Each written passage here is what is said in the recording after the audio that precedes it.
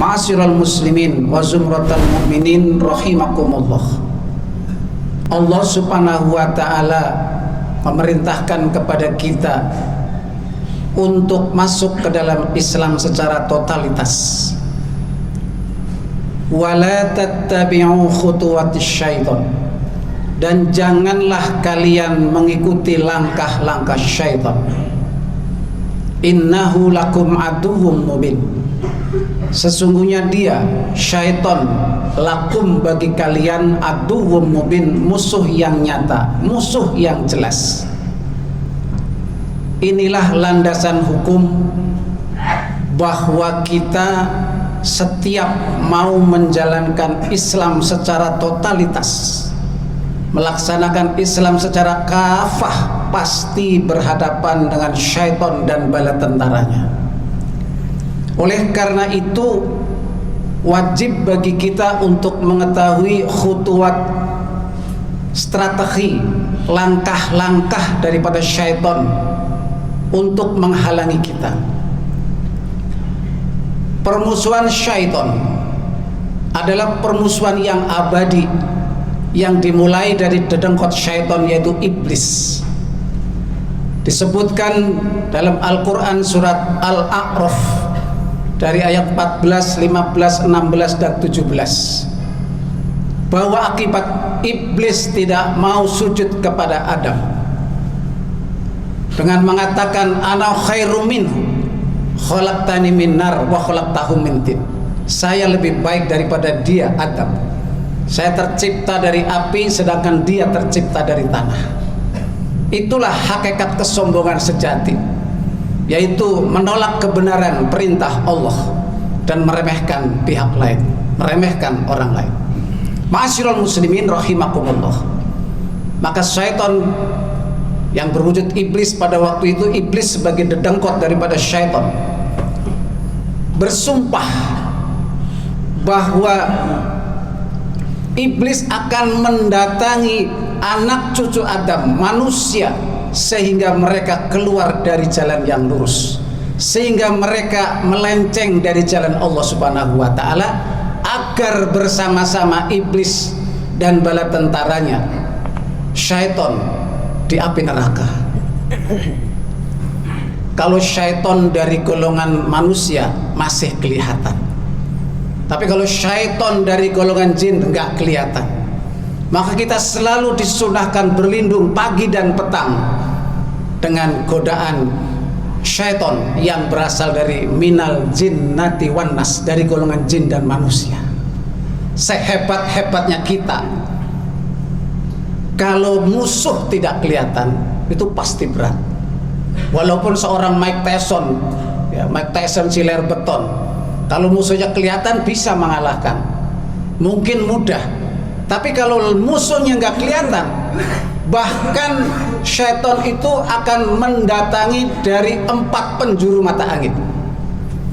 Maka topiknya adalah mengenal strategi syaitan, mengenal 4 strategi syaitan dalam memperdaya manusia. Mike Tyson melawan 4 musuh yang tidak kelihatan dari 4 penjuru mata angin, bisa KO, termasuk kita. Landasannya, penjelasannya dalam Al-Quran surat Al-A'raf ayat 17.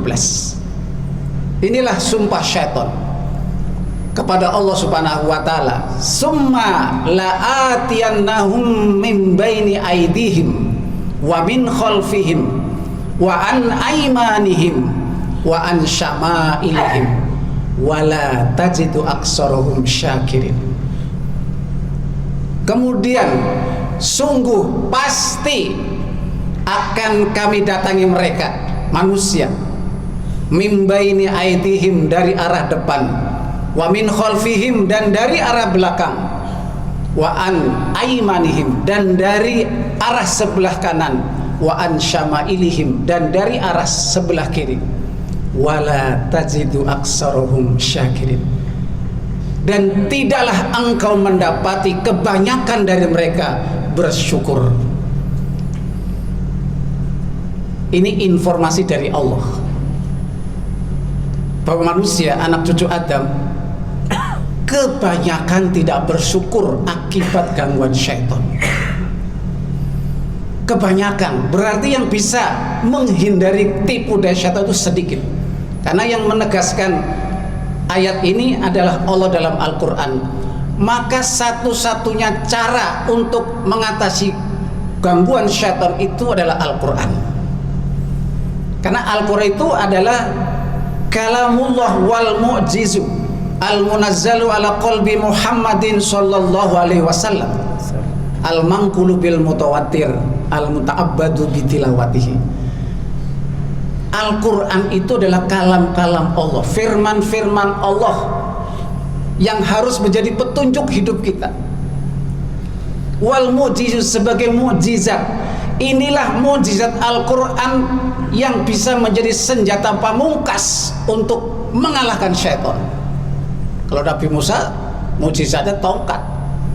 Itu biasanya berorientasi kepada mengalahkan kejahatan dunia, mengalahkan Fir'aun dengan membelah lautan.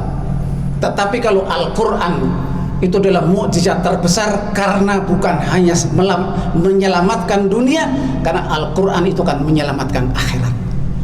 Sampai akhirat kita bakal selamat kalau berpegang teguh kepada Al-Quran. Maka mukjizat yang sudah diturunkan ke dalam qalbu Nabi Muhammad SAW, maka Nabi itu adalah Al-Qur'anu hayya. Nabi itu adalah Al-Qur'an yang hidup. Maka pantas sebagai teladan dan harus kita jadikan teladan. Dan Al-Qur'an itu nggak mungkin salah atau keliru. Al-manqulu bil mutawatir, karena diriwayatkan, disampaikan secara mutawatir kepada semua sahabat yang mendengar, dan banyak sahabat yang mendengar. Al-muta'abbadu bitilawatihi, yang membacanya itu sebagai ibadah. Membaca Al-Quran, baik sudah ngerti atau belum ngerti, itu sudah sebagai ibadah. Iqra'ul Quran fa innahu ya'ti fi yaumil qiyamah syafi'an li ashabihi, muttafaqun alaih. Bacalah Al-Quran, karena Al-Quran akan menjadi syafaat li ashabihi, bagi para pembacanya. Itu hebatnya Al-Quran. Nah, untuk mengetahui 4 strategi setan itu, kita harus bertanya kepada Al-Quran.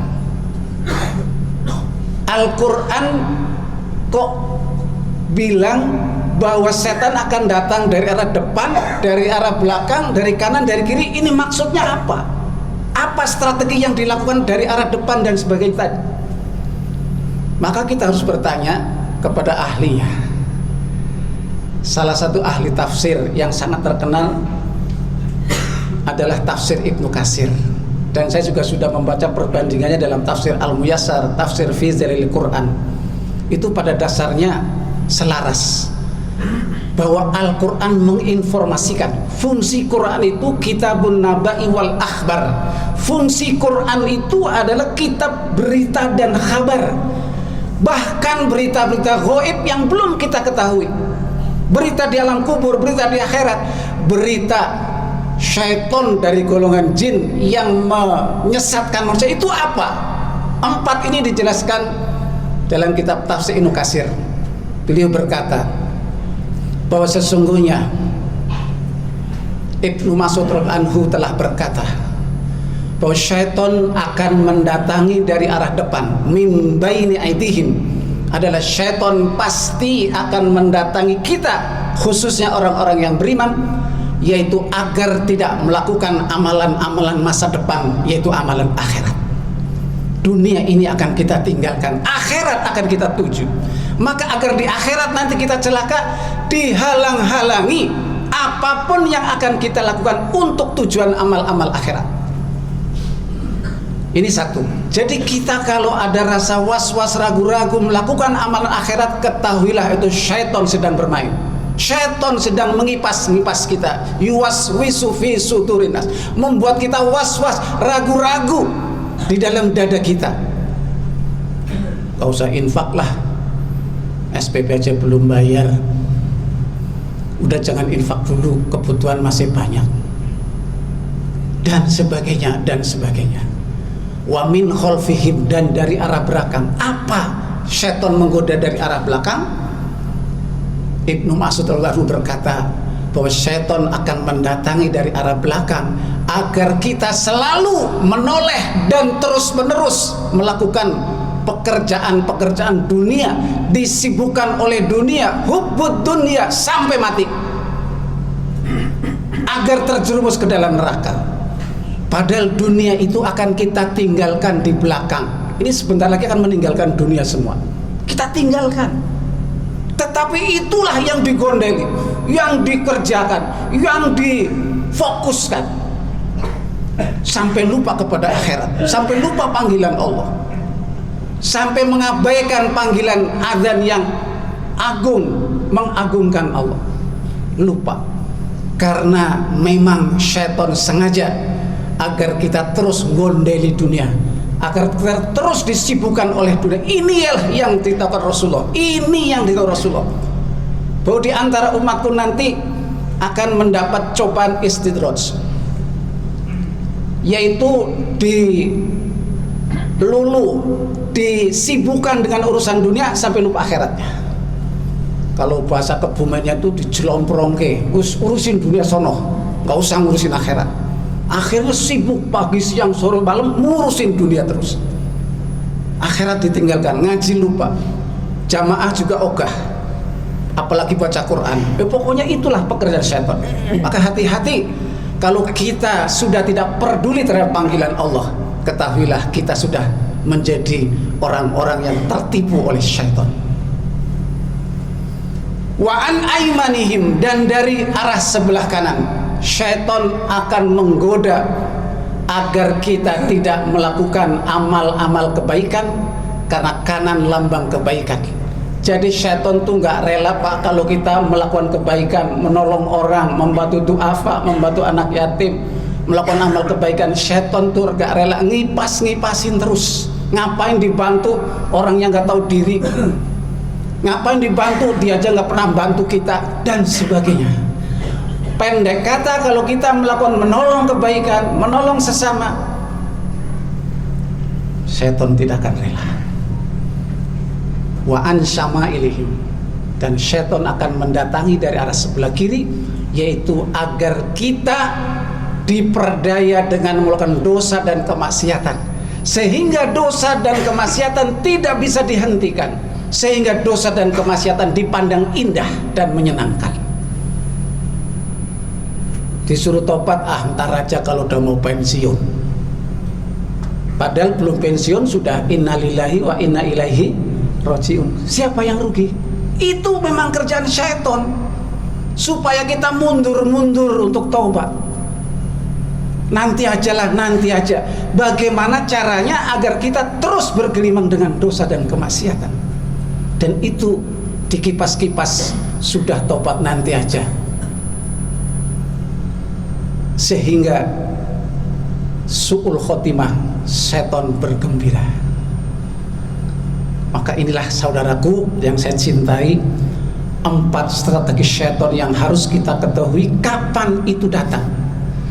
Alladzi waswisu fi sudurin nas, yaitu ketika kita merasa was-was dalam dada, dalam hati, melakukan atau tidak melakukan. Pasti setiap hari kita dihadapkan kepada pilihan, karena manusia itu mukhayyarun, diberi kebebasan untuk memilih. Tetapi disinilah letak bahayanya hakikatul insan, hakikat manusia diberi kebebasan. Disinilah letak bahayanya, karena dengan bebas itu kita menjadi orang yang sebebas-bebasnya tanpa batas. Itulah kehancuran. Padahal hakikat maksudnya majziun, pasti akan diberikan balasan. Silahkan engkau berbuat sesukamu di dunia, yang jelas pasti kamu akan mati. Silahkan engkau berbuat apapun di dunia, yang pasti kamu akan dibalas apa yang kamu lakukan. Wa may ya'mal misqala dzarratin khairan yarah, wa may ya'mal misqala dzarratin syarran yarah. Semoga ayat ini, Al-Quran surat Al-A'raf ayat yang ke-17 menjadi pengingat dan memotivasi kita untuk menjadi orang yang istiqomah, sehingga kita bahagia fid dunya wal akhirah.